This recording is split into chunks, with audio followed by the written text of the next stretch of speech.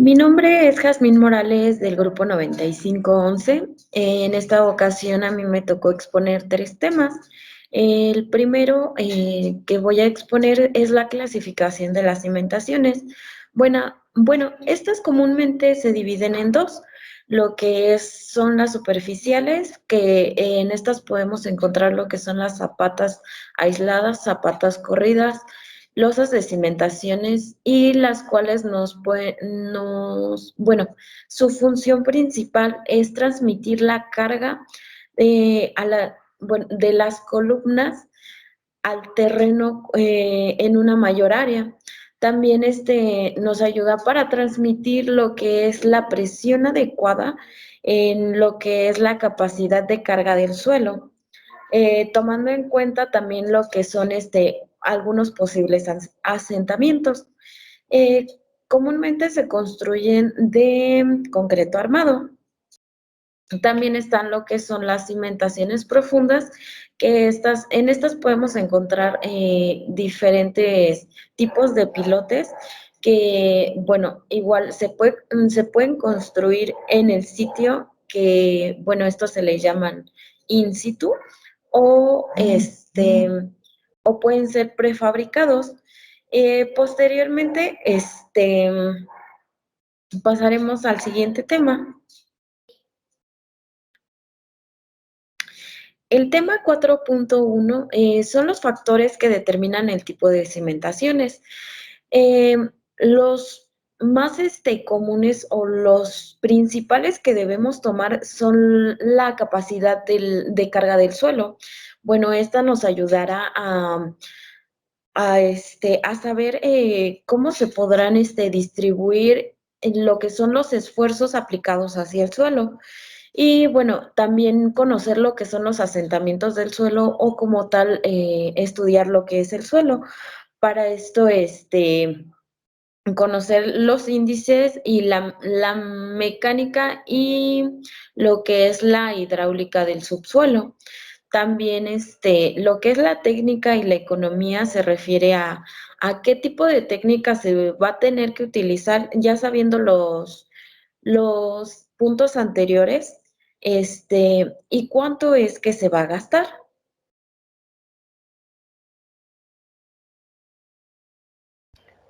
Hola, mi nombre es Vargas Ugaldericha Hayanarit. El tema a presentar es el 4.3, cimentaciones en talud.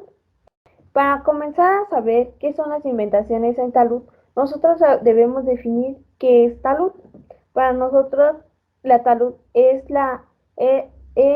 una masa de tierra que no es plana, sino que presenta una pendiente. ¿Qué quiere decir esto? Que tiene un ángulo de inclinación que cambia significativamente la altura de la Tierra.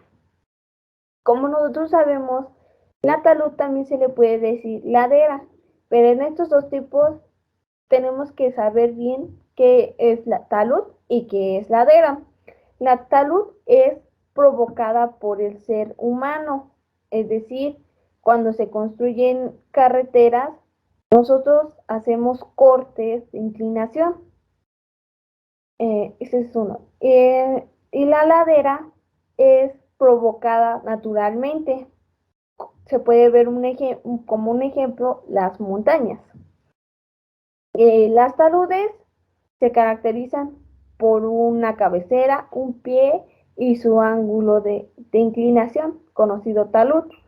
El estudio se dirige a lograr la estabilidad de los taludes para nosotros poder lograr construir una obra.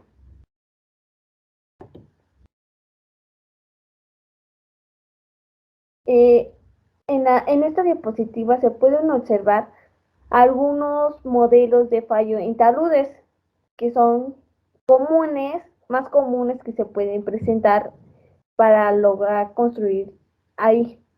En la primera podemos observar que está la estructura próxima a una talud con cimentación superficial.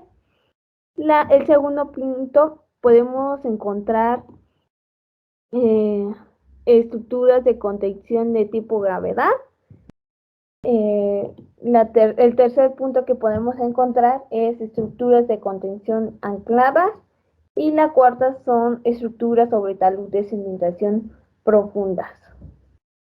Estos modelos de fallo de talud a veces son provocados por deslizamientos provocados por el ser humano o climatológicos.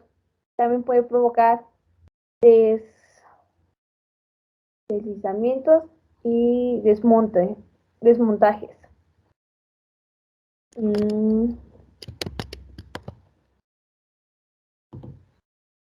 Eh, ¿qué es lo que causa los movimientos para que las taludes tengan problemas a construirlos? Estos problemas son los suelos que forman una talud con la contribución del agua, que se vuelven inestables, por lo tanto tienden a moverse hacia la parte inferior, ya sea por gravedad o otra carga externa al incrementarse o cuando la resistencia del suelo disminuye de tal manera que las fuerzas que se oponen al movimiento en total son menores al movimiento. Provocan al ser de una manera que produce la falla de talud. Como ya lo habíamos mencionado, los tipos 4 fallas de talud estas se provocan por tantas inestabilidad del agua excesivo o por exteriores causas de movimientos de gravedad, que son las cargas externas o climatológicos. En la siguiente diapositiva nosotros podemos tener alternativas de cómo proteger nuestros taludes, es decir, proteger a la obra para que no afecte accidentes humanos, se podría decir. Lo hacemos con la finalidad de evitar los desprendimientos de rocas y los efectos del agua, es decir, cuando llueve o el cambio que sería la neblina, que son partículas que son agua y también es como tipo lluvia. Entonces las medidas que son muy comunes en la protección son utilización de drenajes, concreto lanzado, barreras de postes y mallas, protección por construcción de túneles de ladera, mallas dinámicas y control de agua inferior. Como se puede observar aquí en la imagen, aquí se puede observar que usamos malla de contención desde eslaves, es decir, que esto evita que se deslicen rocas. En la primera imagen podemos observar que se utilizan drenajes, tuberías de drenaje para evitar el humedecimiento de la tierra y evitar deslaves o desprendimiento de rocas.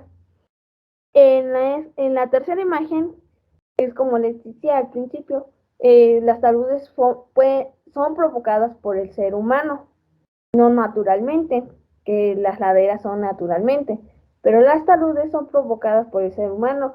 Se puede observar que aquí en la imagen hay un proceso constructivo de talud para una carretera. Otras formas de contener el desprendimiento de rocas, más que nada las taludes se utilizan en carreteras, que serían en la sierra. Para evitar esto, también se usan mallas de triple torsión, que se puede observar que son gaviones, gaviones aquí, en esta. Para bermas y cunetas se utilizan barreras de protección. En esta imagen para muros de contención contención, se usan los muros de contención. Como pueden observar, aquí se ve explícitamente cómo las rocas pueden derrumbarse y el muro de contención las puede evitar que llegue a la carretera y evitar riesgos humanos.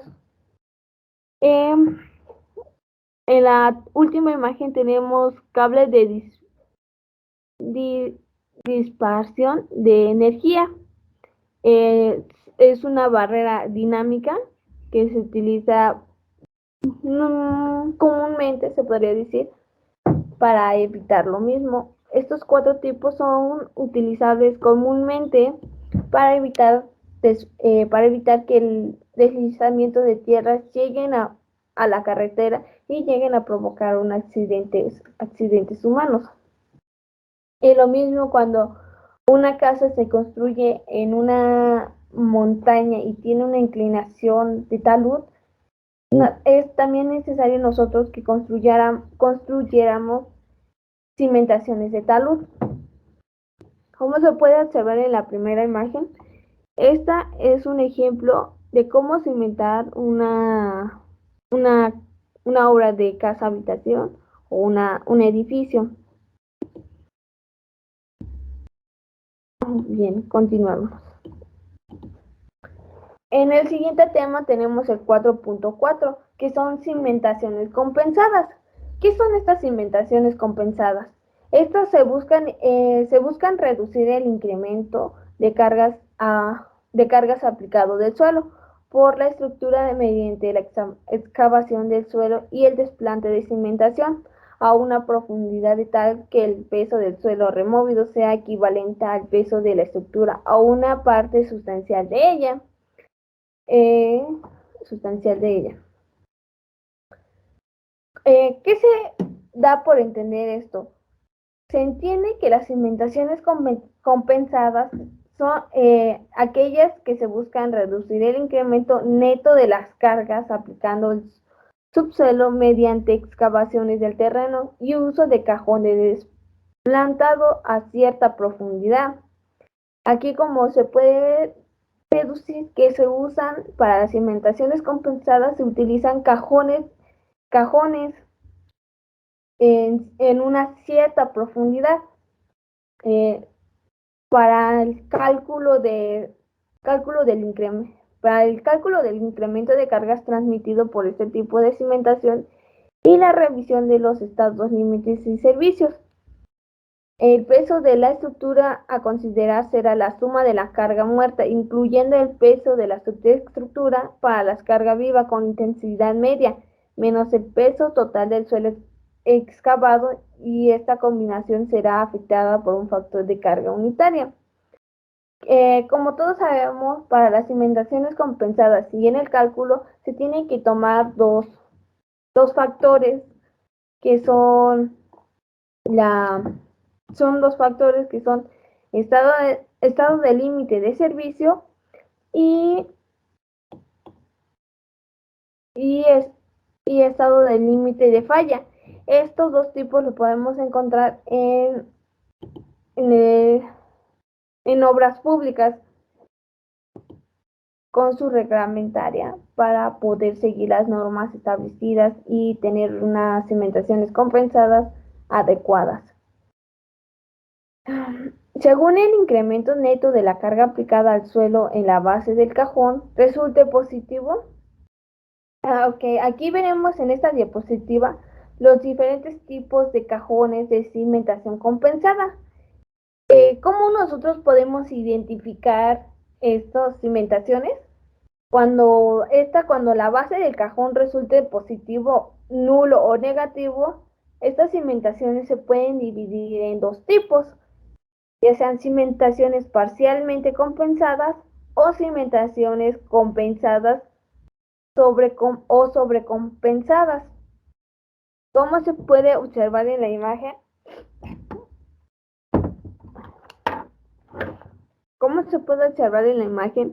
en el primero tenemos cajón de cimentación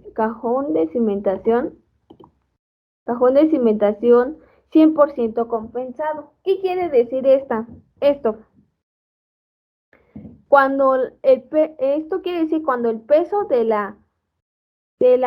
subsuelo es igual a la excavación de la subestructura. Quiere decir que cuando nosotros excavamos esto, tiene que ser igual el peso a la estructura para que esté 100% compensada, esté en un punto de equilibrio exacto. En el segundo tenemos cajón sobrecompensado. ¿Qué quiere decir este cajón sobrecompensado? Este, este, esta cimentación tiene, tiene que ser su peso de la estructura menor que el suelo excavado. ¿Qué quiere decir? Quiere decir que la estructura debe de ser muy ligera de lo excavado. En el tercero, en el tercero tenemos que es cajón parcialmente compensado. En este podemos observar que el peso de la estructura debe ser mayor que lo excavado. ¿Qué quiere decir? Que la estructura debe de pesar más que la excavación para que puedan estar en un equilibrio las tres.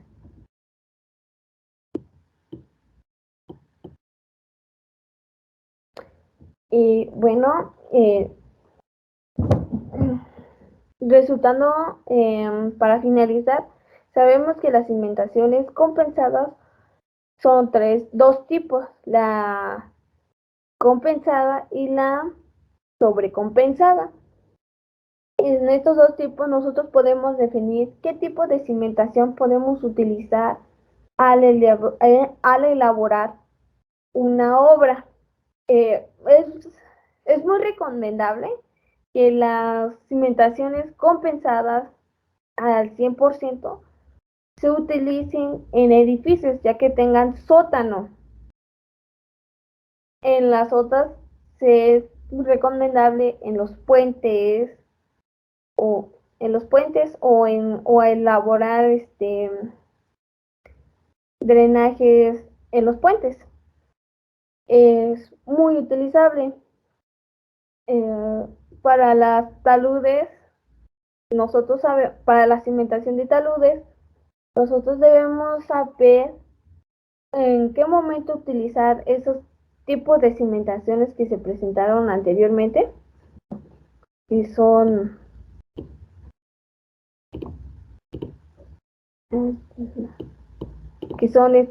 estos tres tipos. Tenemos que saber en qué momento utilizarlas para nosotros evitar que nuestra obra se hunda o se deslice o se derrumbe. Es necesario que nosotros tengamos el estudio necesario para la salud. Para finalizar nuestros dos temas, es muy importante estas dos cimentaciones por lo mismo que necesitamos saber para la construcción de una obra, ya más que nada en obras de carreteras, que son las más en carreteras, ya que es una utilidad que le damos a esas obras para trasladarnos de un lugar a otro, ya que se exponen varias vidas ahí. Debemos de tener conciencia al elaborar esto y tener conocimientos y estudios. Eso sería todo. Muchas gracias por su atención. Hola, mi nombre es Santiago Basilio Romero Romero y hoy les voy a hablar sobre el tema 4.5 y 4.6. Empezaremos con el 4.5, el cual es tipos de cimentaciones profundas. Bueno, de esto podemos hablar que se emplean cuando los estratos superiores del terreno no son aptos para soportar una cimentación con zapatas. A continuación les voy a dar algunos ejemplos y les voy a ir mostrando una imagen de cada uno de aquellos ejemplos. Muros pantalla, cimentaciones por flotación, pilas y pilotes de punta, pilotes de anclaje y pilotes de fricción. Bueno, a continuación les voy a hablar sobre el tema 4.6, el cual es desarrollo y uso de pilotes. Aquí les voy a ir dando unos puntos, los cuales van a ir caracterizando el desarrollo y uso de pilotes. El primer punto dice, los pilotes se usan de muchas maneras. Los pilotes de carga que soportan las cimentaciones son las más comunes. Los pilotes de tracción se usan para resistir fuerzas hacia arriba. Los pilotes cargados lateralmente soportan las cargas aplicadas perpendicularmente al eje del pilote. Y los pilotes se usan algunas veces para compactar el suelo o como drenes verticales en estratos de baja permeabilidad.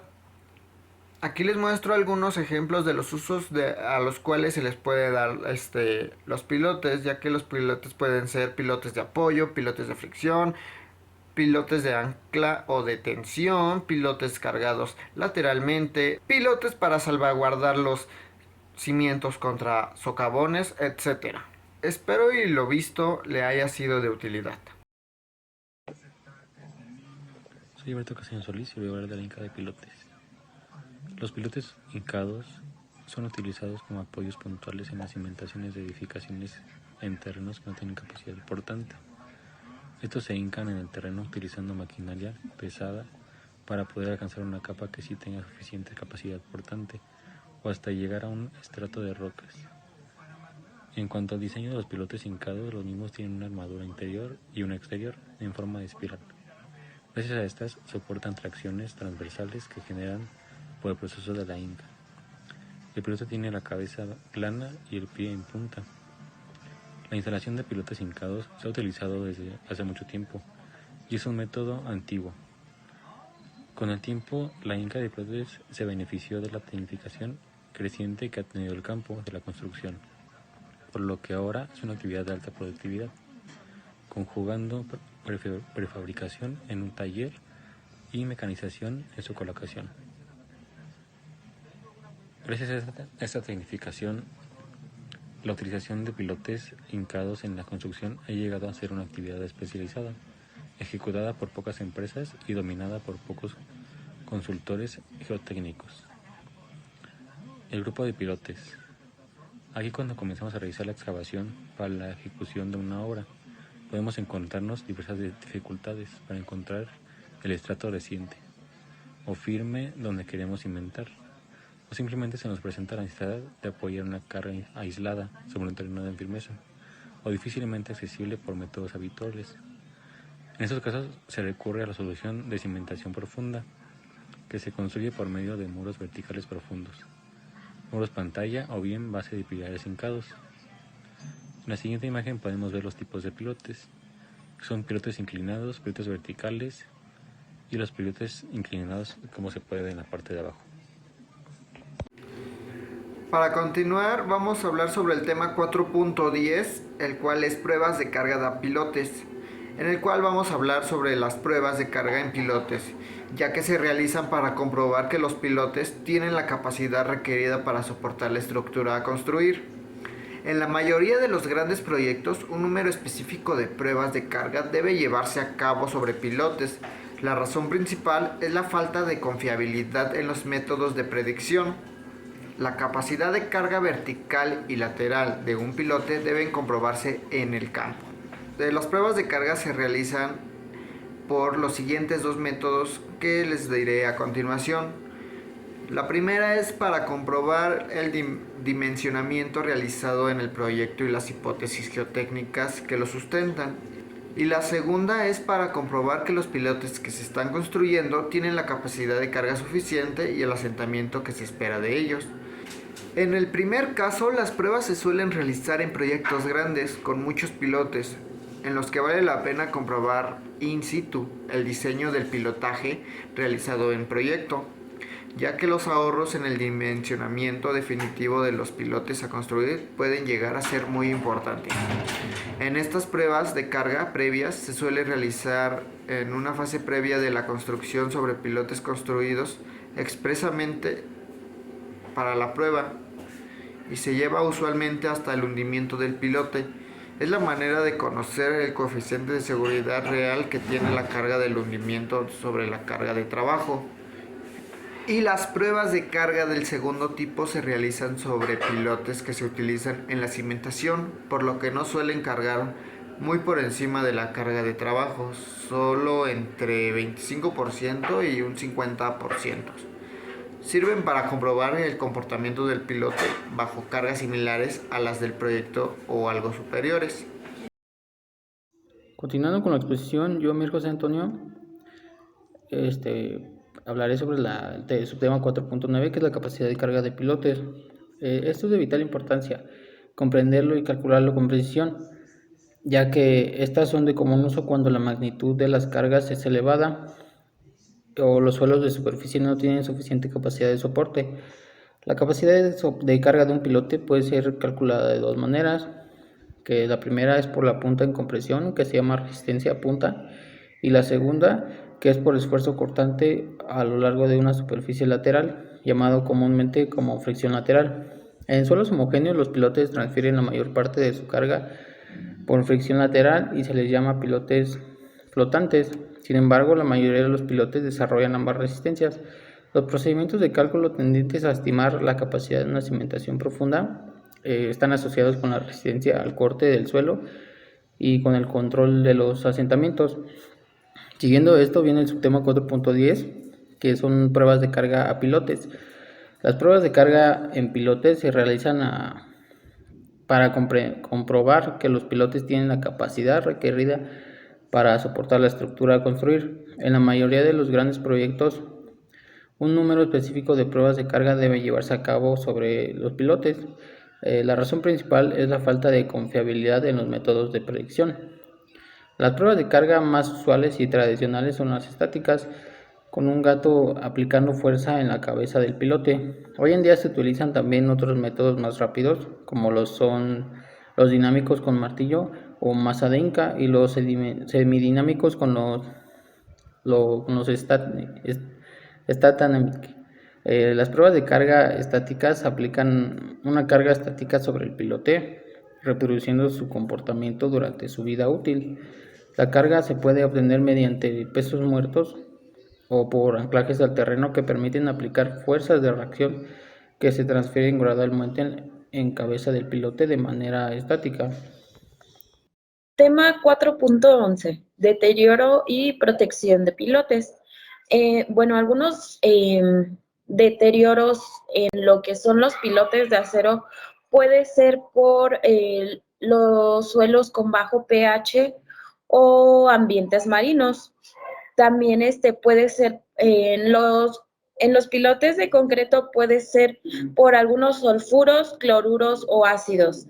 En los pilotes de madera puede ser por el humedecimiento y el secado, o también por algunos insectos o aguas agresivas.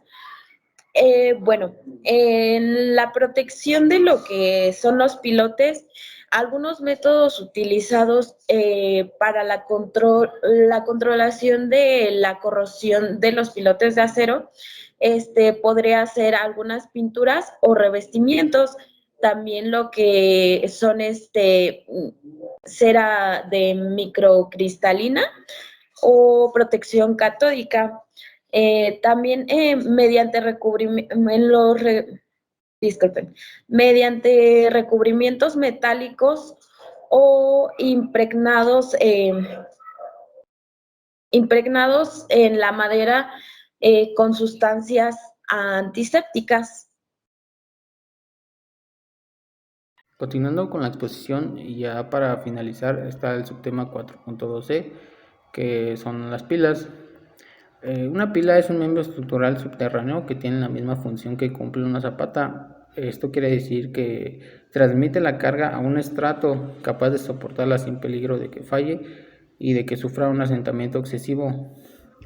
Estas resisten cargas axiales mayores a 500 toneladas. En algunos casos alcanzan a tolerar hasta las 1000 toneladas de carga horizontal e inclinada. También brindan una buena resistencia a la flexión, y esto, es posible construirlas con o sin cabezales. El promedio de la altura de una pila es de 35 metros. Siguiendo con sus características, también son que transfieren las cargas a estratos profundos, lo cual es especialmente ventajoso cuando existe el peligro de una socavación por las corrientes fluviales, marítimas o por las mareas. Bueno, sus usos frecuentes y aplicaciones son en cimentaciones de estructuras, en contención de tierras y prevenir deslizamientos o protección de estructuras existenciales. En general, esta solución se combina con otras técnicas como anclaje del terreno o bulones. También se usan para los proyectos que son de infraestructura, como construcción de túneles, carreteras, puentes, así como la protección contra inundaciones.